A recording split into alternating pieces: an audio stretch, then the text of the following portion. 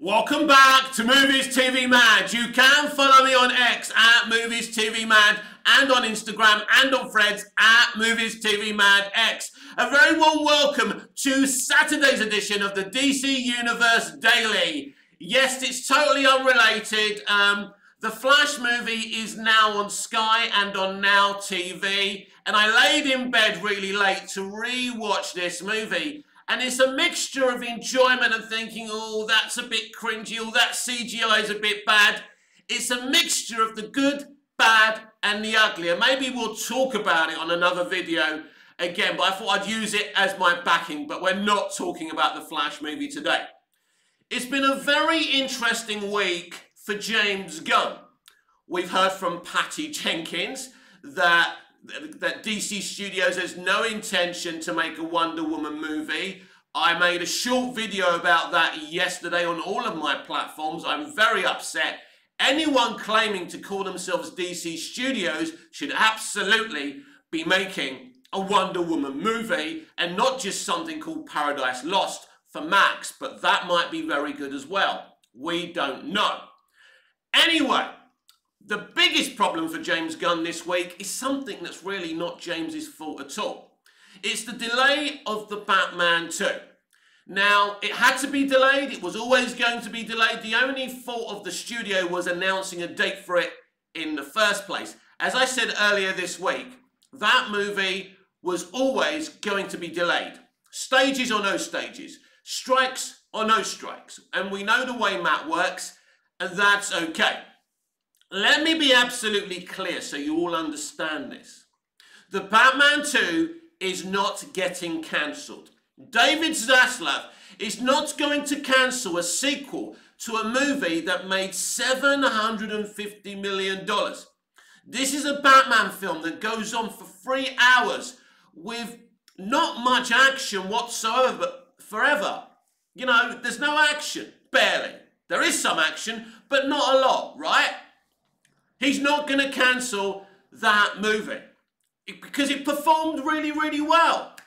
I mean, people talk about, oh, well, it didn't make $1 billion. Nor did Batman Begins, but the next movie made $1 billion. The Dark Knight is one of the most celebrated comic book movies of all time.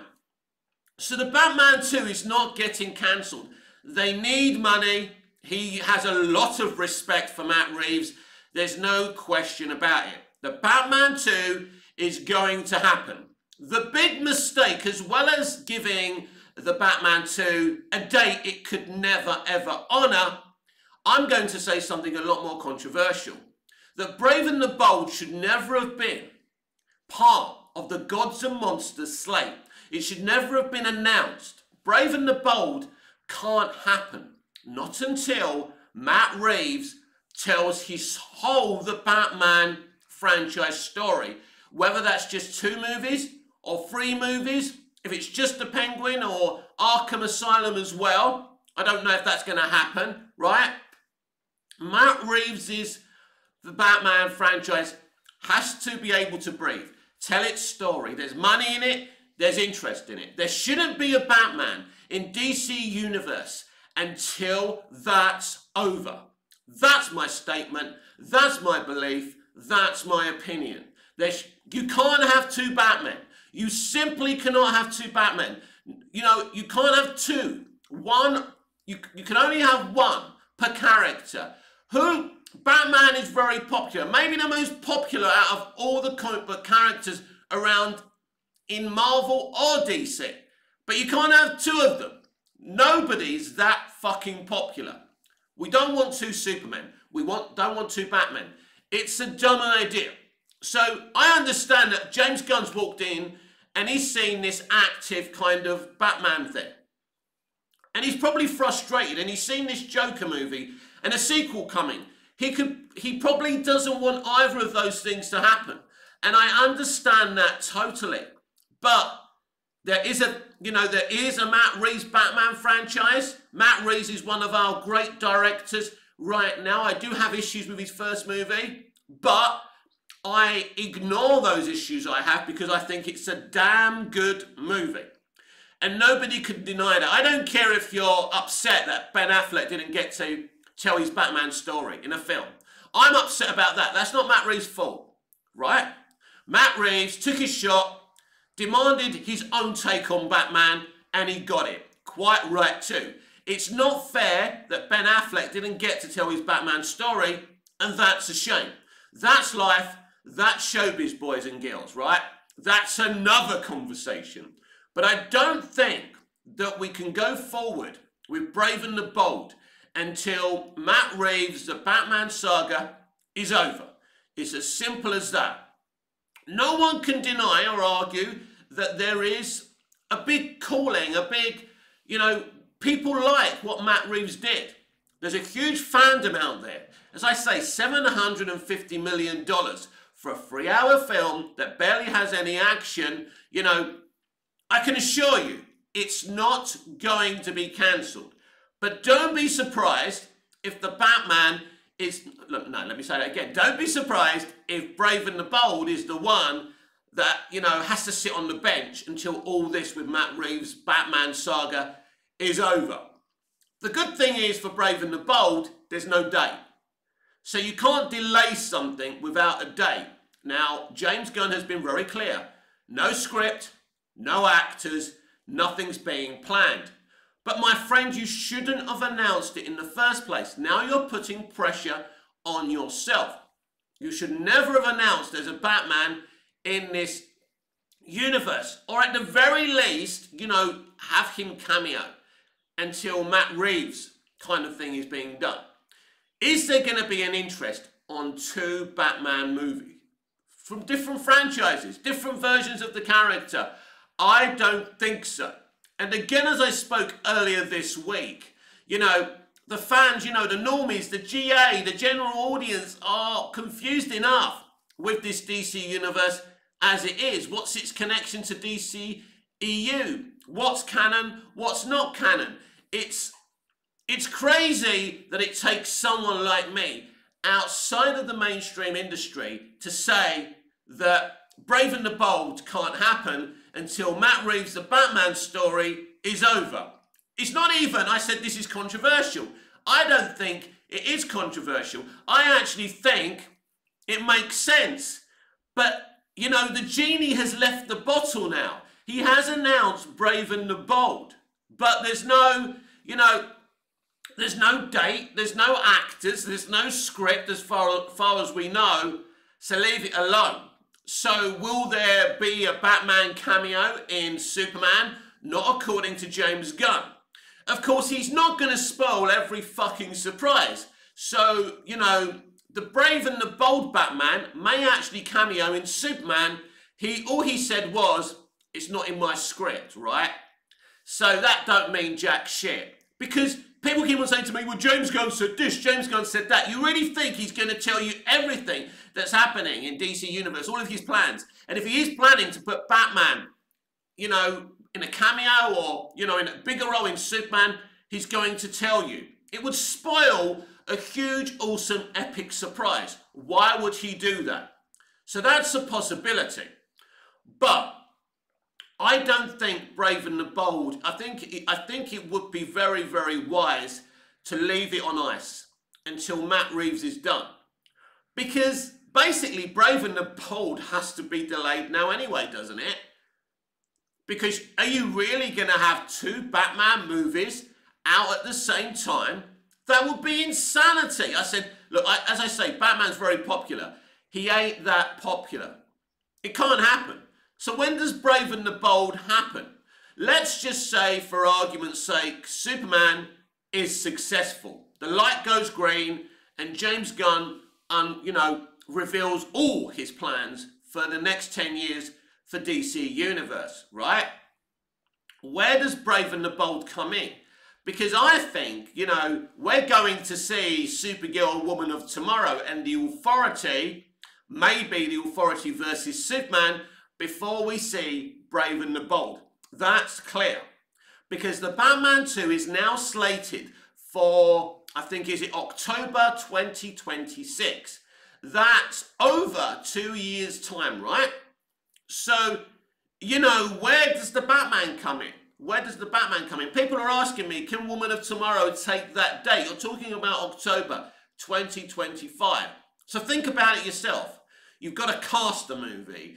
I think the movie's already being written. I don't know if they've got the draft that they want for it.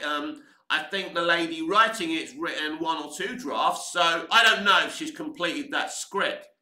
I mean, if they rush it, think about this, right? People are asking me that question. If the Batman 2 isn't able, no way able to release on October 2025, how could another film be? So then we have to look at 2020. So basically next year is fine because you've got one DC movie. This year we've got one DC movie and The Penguin. It's fine. And Creature Commandos. It's fine. You don't need 4 or 5 DC movies or MCU movies a year.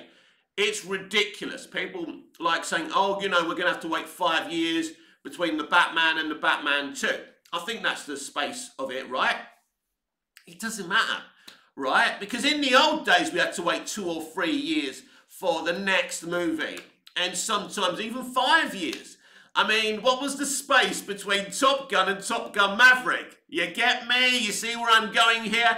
You don't have to have things back to back. But in a way, this generation has been spoiled. 4 or 5 Marvel films a year. We were having 3 or 4 DCEU films a year. I don't know if that's more punishment than being treated, but you get my meaning, right? We've had too much of a good thing. And I think that's why we're in a bit of trouble here and people are getting fed up. Think about when Superman 78 was released, the first ever comic book movie blockbuster. You know, nobody had ever seen a comic book movie on that scale before. That's one of the many reasons that made that film special. And it still has stood the test of time today. So, yeah, I think, look, as I say, there is no reality ever that the Batman 2 gets delayed. But there is a reality that they're now going to have to put the brakes on Brave and the Bold. And you're going to say to me, well, why? Why? We want to see it. We want to see it. Because you can't have 2 Batmen. It won't work. It simply won't work. Because you and me are nerds. We're obsessed with this shit. We'll go and watch it. But the general audience, which are the most vital component to making a film successful, are not going to go and watch 2 separate, unrelated and unconnected Batman movies. It's as simple as that, everyone. And I mean, you can try and give me another example where this has worked. I don't see. I've told you before, multiverses work on paper, work on comic books. They do not work in live action, very rarely, right? Okay, Spider-Man No Way Home worked because you've got Tom Holland, a popular version of the character. You've got Tobey Maguire, the most everyone's favourite version of the character. Let's be blunt and honest. And you've got Andy Garfield. Everyone loves Andy Garfield, and everyone loved his Spider-Man as well. But they weren't as successful, those films, as, you know, as the MCU films, or even, you know, obviously Tobey Maguire and Sam Raimi made 2 of the best Spider-Man films of all time. I think Raimi's 2 Spider-Man films are as close as we've ever got to Dick Donner's Superman 78 in terms of the spirit and the charm of what Dick did. And Sam Raimi really captured that. And it did seem he was inspired by that film. And there's no question about that. But generally, multiverses just don't work in live action. And I mean, I'm sure you're going to say, oh, well, look, what about Everything Everywhere All at Once? Yes. It was one film, unconnected to anything else. It's fine. There wasn't a huge expectation on it. It was a really good film. It was well executed and it worked. Try making a franchise out of that and seeing how much interest the general audience will show on it. So it's my prediction that the Batman 2 will not be cancelled. You know, I think the Batman 2 will probably make around $1 billion. And here's the thing I keep on saying, that the Batman 2 and Joker Folie à Deux are going to make bigger box office than Superman. They will. There's more of an audience there. Superman, as much as I love him, and I've spoken about this before, it's very difficult for people to relate to Superman who don't love Superman already. And that's kind of the second thing I want to talk about today. It's Superman. I don't know if James Gunn's going to make a great Superman film or a bad Superman film. But let's just imagine he makes one of the best comic book movies of all time and one of the best versions of Superman live action of all time.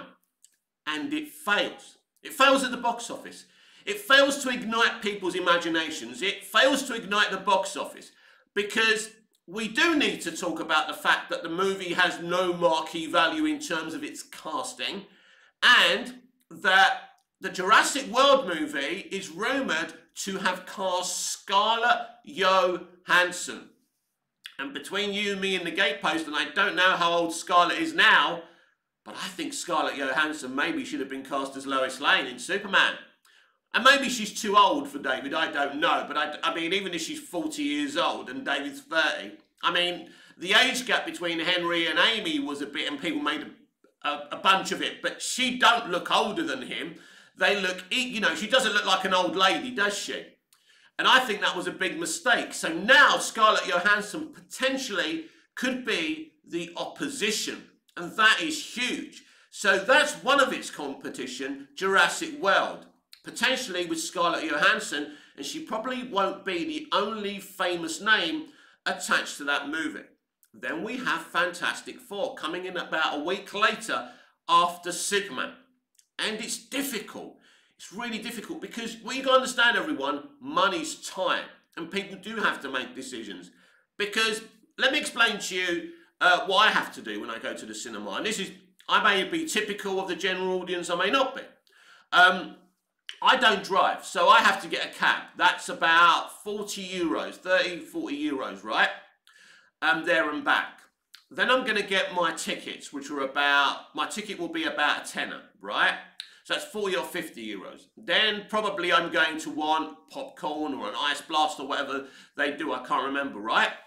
That's if I don't get, you know, a freebie, and which isn't always the case, by the way. So generally, it's very expensive to go down to the cinema. So then multiply that with Superman, Jurassic World, because people will go and watch Jurassic World. I mean, those other 3 Jurassic World movies were pants. I mean, they weren't horrible movies, but they still made around $1 billion. So this new one, and if they have cast Scarlett Johansson, and they've got a pretty good director attached to it as well, you know, that's competition for Superman. Then Fantastic Four, that already has Pedro Pascal in the movie. Now, I don't know what kind of condition that movie is going to be in. I don't even like the director attached. Not that I don't like him personally. I don't think he's the best of directors. So, but it's all competition. People will go and watch Fantastic Four. And it's like these films, if they remain in the same dates, they're kind of going to kill each other. I mean, you would have to imagine that, you know, something has to move.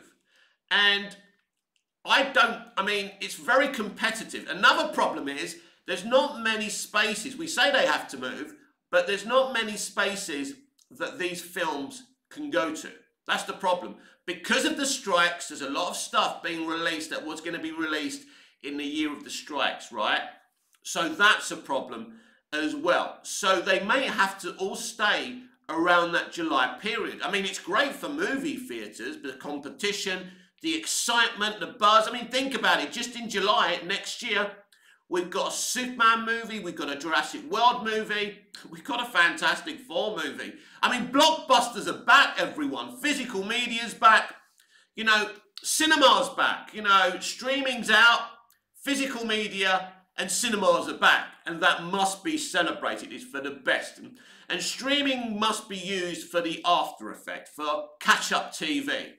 It's going to fall down the pecking order as it should do. It was never going to take over physical media. They tried, it didn't work.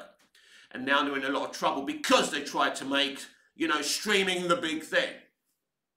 So I celebrate the fact that, you know, we're going to have 3 epic movies in, you know, in 2025, just around the same month. I think that's amazing.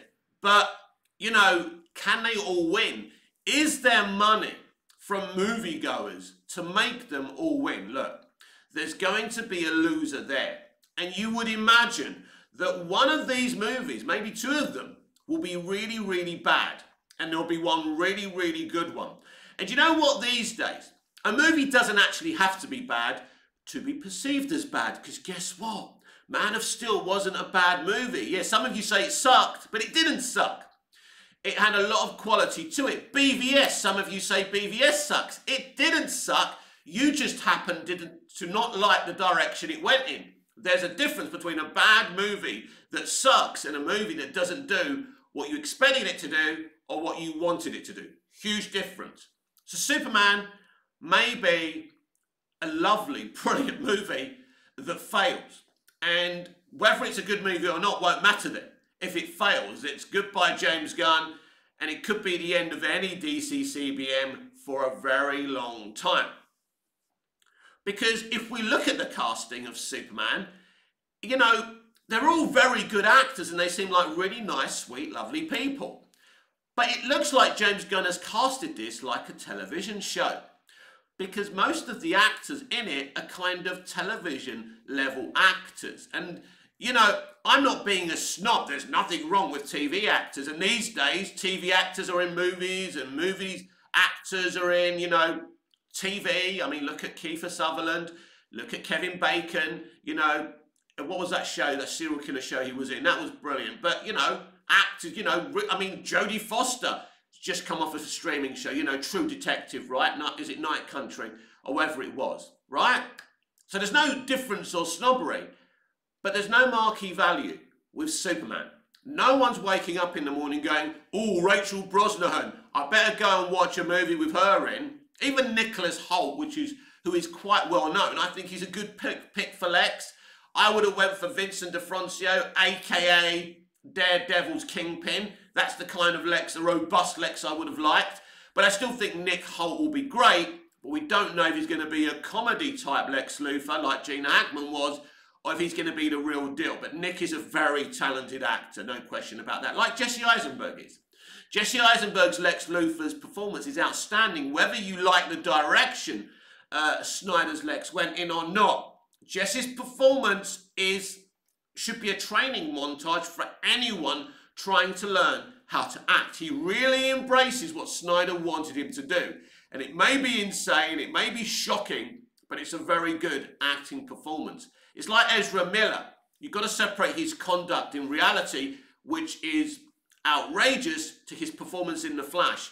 He played two versions of the same character wonderfully well. There's no question. I would say, I mean, you know, Jeremy Irons actually cameos in that movie as Alfred. Well, Jeremy Irons did the same thing in Dead Ringers, and it's one of the great performances in Hollywood history. And I think, if I'm honest, you know, Ezra did a really good job playing those two characters.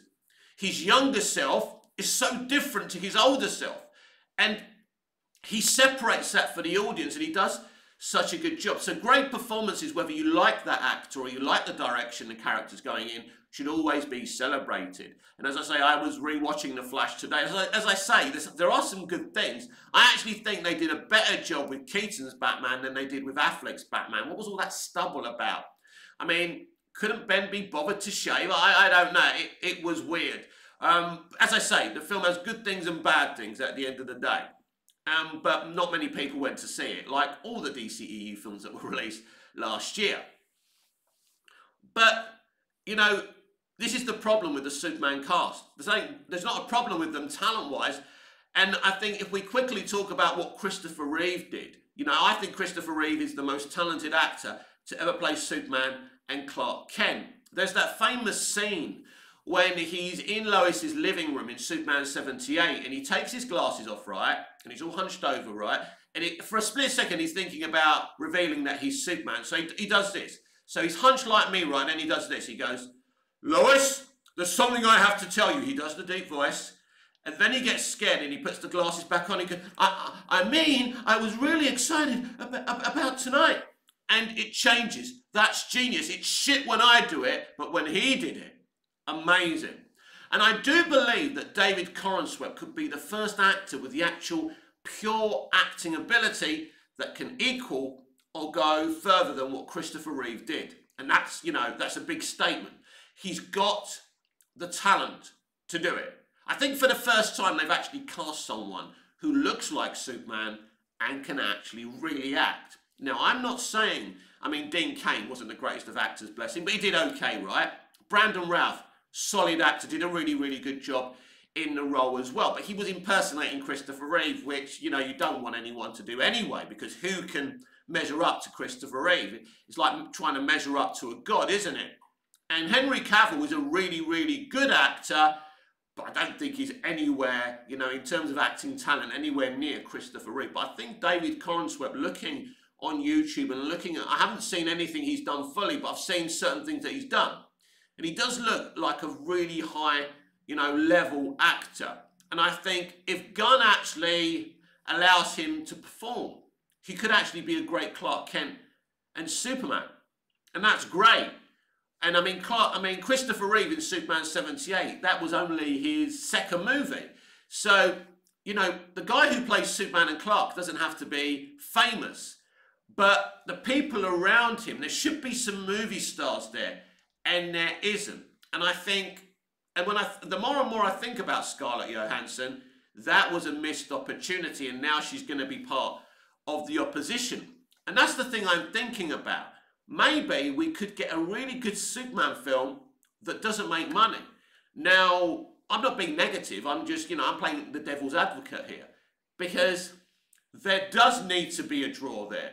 Now, if it's such a good film and people go and see it and it makes a lot of money despite it not having any marquee value, then that will be the biggest achievement ever from James Gunn. And he's, as I say, anyone, you know, in today's climate that makes a really good, successful Superman movie will be immortalized. Look how Dick Donner was immortalized, because he made one of the best comic book movies, not one of them, the best comic book movie of all time. That's a factual statement. But if James pulls this off, he will be immortalized, because they've been looking for someone for decades now to make the next great version of Superman since Dick Donner. And you can like the other versions, but none of them have been able to, you know, to capture the public's imagination as Dick Donner's Superman 78 did. Again, that's a factual statement. But it doesn't have any marquee value, and that's very, very interesting. To be honest, apart from Pedro Pascal, Fantastic Four really doesn't have much marquee value. I would argue that even so, it still has more marquee value than Superman. So it's very interesting. Gunn's gone for really good actors that are not famous, but nothing, you know, no superstars, no movie stars, you know, any side of them. I mean, you know, you look at a young actress like Sydney Sweeney. I mean, have her somewhere. I mean, you know, maybe as Miss Tessmacher. When you look at who played Miss Tessmacher in 78, she's a very good actress, but she was also very beautiful. I think she was also a model as well. So, but he hasn't gone that direction, which is very, very interesting. And one of the reasons a lot of movies fail today, because they don't cast personalities. Their first fault is diversity rather than personalities. And at the end of the day, it's good to be diverse. I genuinely mean it's good to be diverse, as long as the diverse talent is as talented as the rest of the talent. It's like you wouldn't cast a white person, a white man or a white woman because they're white. You would hopefully cast them because they're talented and not because they're white either. You can't be casting people because of the, you know, the identity they represent. It's always about the talent. But when you've got these, you know, when you've got these, whatever it is, right, these diversity numbers that you've got to reach to, that doesn't work out. That's why there's no Scarlett Johansson or Sydney Sweeney in the Superman film, because some of these castings had to tick boxes. It doesn't mean those, you know, those diverse castings aren't talented. I don't know them so well. I've never seen anything they've done. So in terms of Wendell Pierce, I know Wendell very well, and I know his acting CV very well. He absolutely deserves to be cast as Perry White, and I'll fight anyone down the car park who says different, right? I don't care about the colour of his skin. And it's the same with the Perry White in Man of Steel. Brilliant actor, absolutely deserved to get the role. as does Wendell. But there's a couple of other roles I'm not sure of why they were cast. Is it diversity, or is it because they deserve those roles? Well, James Gunn will tell you they absolutely deserve those roles above anybody else. I guess we'll just have to wait and see.